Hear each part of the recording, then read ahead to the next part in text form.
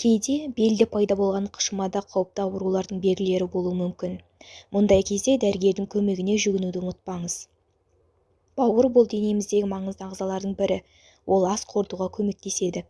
Өмірлік маңызды заттарды синтездейді және токсиндерді шығарады. Бауыр қызметінің бұзылуы әлемде ең таралған проблемалардың бірі. Бір ғана ақш-тың өзінде 30 миллионға жуық адам бауыр ауруынан зардап шегеді. Видеоны соңына дейін көріңіздер. Сіз естіп білмеген ақпарат барына сенемін және біздің еңбегімізге қолдау білдіріп, келесі пайдалы видеоларымызды қарай жүріңіз. Сіздің болмашы ғана оңай әрекетіңіз бізге шабыт береді. Егер сіз үнемі оң қабырғаңыздың төменгі жағы сыздап ауырғанын сезсеңіз, жеделдетіп гепатолог, гастроэнтеролог, тым болмаса терапевтке көрінгеніңіз жөн. Бауырыңыз қатты бөлінген кезде де ауырмайды. Себебі оның құрамында ауырсыну рецепторлары жоқ. Әдетте ауырсыну немесе шаншу ауру өте асқынған кезде ғана болады. Ондай жағдайда бауыр іседі, үлкейеді, өзін қоршап тұрған капсула қабығына қысым көрсете бастайды. Міне содан кейін ғана науқас ауруды сезе бастайды. Мұндай жағдай өкінішке орай емдеу кеш болуы мүмкін. Бірақ оң қабырғаның төменгі бөлігінің ауруы мүлдем басқа жағдайлармен де байланысты. Мысалы, өт қабының ісінуі. Бауыр ауруының белгілері: әлсіздік, бірнеше күн немесе апта бойы шаршау, диетасы және себепсіз арықтау, жиі бас айналу, құсу, тәбеттің жоғалуы, аяқтың төменгі жағының жиі ісуі, іштің кебуі және белгісіз себептермен дененің кез келген бөлігінде, қолда, аяқта, иықта қышудың күшеюі. Егер жоғарыдағы белгілерден бөлек көз алдының сарғаюы, кіші дәрет түсінің бұзылуы байқалса, дәрігер көмегіне жүгінгеніңіз қажет. Бауыр не үшін ауырады? Бұл ағзада белгілері сыртқа мүлдем байқалмайтын ондаған ауру бар. Солардың ең көп таралған түріне тоқталайық. Вирусты гепатит, А, В, С, Д гипервипустары. Олардың арасындағы ең қауіптісі В, адам өліміне алып келеді, ал арасындағы ең әлсізі А түрі болып табылады. Бұл ауру халық арасында сары ауру немесе Боткин ауруы деп аталынады. Ол кір қолмен, жуылмаған жеміс-жидекпен, лас су арқылы жұғады. Боткин ауруының бір артықшылығы, ол басқалар сияқты жасырын емес, бірден сезіледі. Алдын алудың мүмкіндігі бар. А вирусын емдеуге болады және емделгеннен кейін бауырда белгілер қалмайды. Ал А, В, С немесе Д вирустарын анықтау және емдеу ұзақ уақытты талап етеді. Бұл вирустардың әрқайсысы циррозға, бауыр жеткіліксіздігіне немесе тіпті бауырдың қателесігіне апаруы мүмкін. Алкогольді гепатит. Бауырдың қабынуының тағы бір түрі вирус емес, алкоголь. Тұрақты және шамадан тыс алкогольді тұтыну бауырдың ішкі ауыртпалығын тудырады, нәтижесінде цирроз пайда болады. Май алмасудың бұзылуы. Жасушада май жиналған кезде ауру дами бастайды. Бұл аурудың жұмысына кедергі жасайды. Олар уыттарды залалсыздандырады және радикалдарды жиналуы болдырады. Жасушалар өле бастап, бауыр өзінің негізгі қызметін жасауды тоқтатады.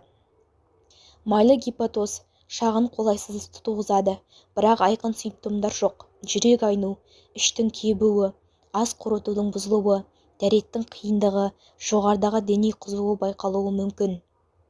Ісіктер. Бауыр ісіктерін қатерлі және қатерсіз деп бөлуге болады. Қатерсіз ісіктер айтарлықтай жиі кездеседі. Көп жағдайда симптомсарсыз өтеді.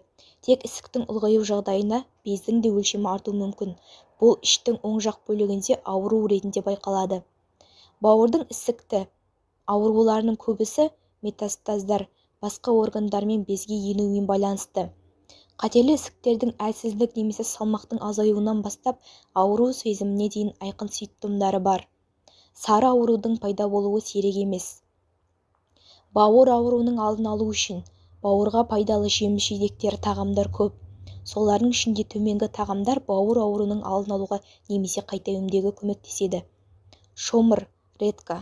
Бауыр ауруын циррозымен ауырғанда оған әртүрлі дәрі-дәрмектің шипа болмауы мүмкін. Мұндай жағдайда халық медицинасы шомырды емге қолдануға кеңес береді. Өйткені бауыр циррозы кәдімгі шомыр пайдалы, ол өт пен асқазан шырынын бөлуін реттеп, ас қорытуды дұрыстайды. Алайда жүрегі ауырып, асқазанда жоғары қышқылдық гастриті, жарасы барларға жақпайды. Бал. Балды әсіресе бауыры және өті жолы ауыратын адамдар көбірек тұтынады. Оны белгілі бір мөлшерде ақ ірімшікке, сәбізге, лимон шырынына қосып жеген дұрыс. Кейде шомырдың ішіне үңгіп, оған балды толтырып қойып, 3-4 сағаттан соң дайын болған шырынды өт жолы ауырған ересек адамға ас қасықпен, ал балаға шай қасықпен күніне 2-3 рет беру керек. Мұндай әдіс өт жолымен бүйрекке құм тас жиналудан сақтайды. Грек жаңғағы. Ежелден бері оны халық медицинасында аурудың кең көлемін, әсіресе асқазан ішек тракті мен бауырдың ауруларын емдеу, алдын алу үшін грек жаңғағын қолданып келеді. Грек жаңғағы жалпы нығайтқыш, қабынуға қарсы, жара бітіргіш, бактерицидтік және қан тазартқыш сипаттарға ие. Өт айдағыш әсері бар. Бауырдың патологиялық әсерлерден қорғауы қамтамасыз етеді. Грек жаңғағы асқазан спазм мен бауыр шаншуларын жақсы басады. Шөп шаймен емдеу әдісі. Бауырды өз бетімен тазартуда емдік шөптерді қолдануға болады. Оны қалай қолдану керек екенін дәрігер анықтап беріп, ем барысын бақылап отырса тіптім жақсы. Өйткені олардың да ағзаға ерекшелігіне қарай әсер ететіндері болады. Сондықтан дәрігер мөлшерін қолдану кезеңін анықтап берсе, қадағалап отырғаны дұрыс. Ал енді бауырды тазартуда сізге мынандай шөптер көмекші бола алады. Салаубас, бессмертник, бақбақ, жусан, жүгері шашағы, сүйел шөп, жалбыз, итмұрын, мыңжапырақ. Бұлардың өт қуатын қасиеті бар. Оған қоса әрқайсысы бауырдың әр бөлігінде өзіндік әсерін тигізеді. Сондықтан олардың кезегімен немесе бәрін араластырып тұнба жасап қолдануға болады. Сонда бауыр толық әрі жан-жақты тазаланады. Салаубас бұлардың ішіндегі ең мықтысы саналады. Дәрмекті былай әзірлейді. Ыдысқа әр шөптен 2-3 қасықтан салып араластырады. Сосын термосқа 3-4 қасығын салып, үстінен жарты литр қайнаған су құяды. Бұл бір күндік мөлшер. Керек уағында сүзіп алып, ішіп тұрсаңыз, ішу тәртібі мынандай. Таңертең жылы күйде 1 стакан, ал екіншісін ұйқыға жатар алдында ішіңіз. Осы әдіспен 1 ай бойы әзірлеп ішіп тұрыңыз. Бұл шөптердің бәрін қоспай, әрқайсысын жеке-жеке ішуге де болады, бірақ кезегімен ішіңіз. Қайсысы жақсырақ әсер етіп жатқанын аңғарып ой түйіңіз.